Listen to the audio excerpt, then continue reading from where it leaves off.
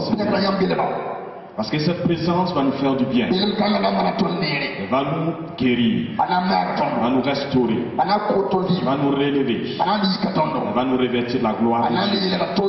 Nous quitterons cette salle complètement transformée par la puissance tangible de Dieu. Merci parce que ce matin, aucun esprit de ténèbres ne peut s'exprimer en ce lieu. Tellement ta présence est réelle. Et le feu de ton esprit qui est présent et qui nous entoure détruit les puissants des ténèbres. Et en ce lieu, Saint-Esprit, tu es Seigneur et tu es Maître. Nos cœurs sont à toi. Nos cœurs ont été créés pour que tu y habites. Et ce matin, nous voulons la plénitude de ta présence. Nous voulons des habitations complètement remplies jusqu'à la plénitude de Dieu. Et ce matin, que tu fasses ce que tu veux, car nous sommes tes instruments. Et nous te bénissons au nom de Jésus. Amen. Asseyez-vous dans la présence de Dieu. Le thème qui a été choisi pour cette conférence est un thème important pour non seulement les racheter comme ceux qui ne sont pas encore sauvés. Vous savez, depuis le commencement de la création, le plan de Dieu pour la vie de l'homme, c'est que l'homme soit honoré. Dieu a créé toutes choses. Et à la fin, il a créé l'homme. Et il lui a dit, domine sur toute la création. Celui qui domine a un respect. Il a un honneur. Il a une gloire. Dieu avait planifié les choses de manière à ce que toi et moi, nous soyons honorés par toute la création. Nous soyons respectés par toute la création. Nous puissions posséder la gloire de Dieu. Et dans le cœur de Dieu, il y avait un élément qu'il fallait faire. C'est apporter l'immortalité dans la vie de l'homme. Parce que dans le jardin où Dieu a placé l'homme, il y avait un arbre là-bas. Il s'appelait l'arbre de la vie. Quand tu manges au fruit de cet arbre, l'immortalité entre en toi.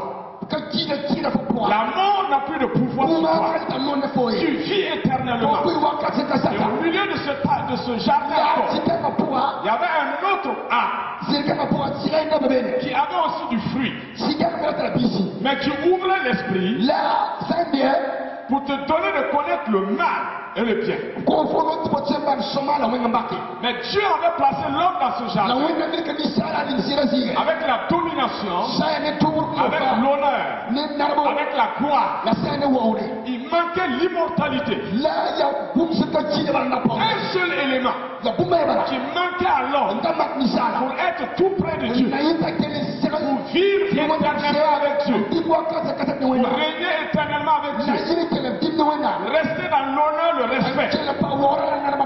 Et Dieu attendait que l'homme lui-même fasse le pas, saisir l'immortalité, et fasse le pas, goûter le fruit de la vie, pour vivre éternellement. Mais Satan aussi, sachant que l'homme est honoré au-dessus de lui, dans sa haine et sa jalousie, il est allé séduire l'homme au travers de la femme. Et il a commencé à converser avec la femme. Il a commencé à dire à la femme, mais pourquoi Dieu ne veut pas que vous mangez le fruit de ce arbre? Parce que Dieu sait que si vous mangez cela, vous serez comme lui. Vous serez égaux à Dieu. Vous allez avoir l'intelligence. Vous allez être comme Dieu. Satan amène la femme à voir que Dieu ne cherche pas l'intérêt de la femme. Dieu ne veut pas le bien de l'homme. Dieu veut garder l'homme sous son autorité. Satan amène l'homme à se révolter assorti de l'autorité de Dieu, assorti de l'honneur de Dieu, assorti de la gloire de Dieu. Parce que Satan sait que s'il pousse l'homme, la femme, à manger le fruit de la connaissance du bien et du mal, comme Dieu l'avait dit, les jours que vous mangerez ce fruit-là, vous mourrez. Et Satan sait que l'homme non seulement va mourir, mais il n'aura plus accès à l'arbre de la vie. C'est pourquoi, lorsque ce péché a été commis, les problèmes vont se multiplier. Parce que ce qui manquait, c'était l'immortalité. Et à partir du moment qu'ils ont obéi à Satan, ont mangé le fruit de la connaissance du bien et du mal, les problèmes vont se multiplier. Frère, nous allons commencer à lire avec vous la parole de Dieu. Des Genèse au chapitre 3, verset 6. Un passage qui est important pour nous ce matin. Genèse chapitre 3, verset 6 à 7. Le pasteur va lire pour nous. Genèse chapitre 3, verset 6.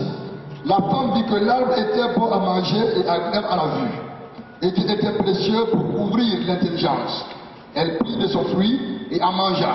Elle en donna aussi à son mari qui était auprès d'elle, et il en mangea. Après l'entretien de Satan avec la femme, il y a un réveil dans la vie de la femme. Le réveil de la convoitise. Elle a regardé le fruit. Elle a trouvé que le fruit est acide. Alors qu'il y a beaucoup de fruits dans le jardin. Mais l'entretien avec Satan a réveillé la convoitise des yeux. Et la convoitise de la chair. Délicieux à manger. Et l'orgueil de la vie. Ça va donner de l'intelligence. Et alors elle est partie pour commettre le péché. Aujourd'hui, frères et sœurs, Satan utilise la même manière pour éloigner les hommes de Dieu. Que tu sois chrétien, que tu sois d'une autre religion, nous avons affaire au même diable. C'est le même Satan qui se tient contre vous. Il agit pour réveiller la convoitise. Toutes les pensées qu'il amène en toi, c'est pour que tes yeux s'ouvrent sur la convoitise. Que tes yeux admirent l'interdit.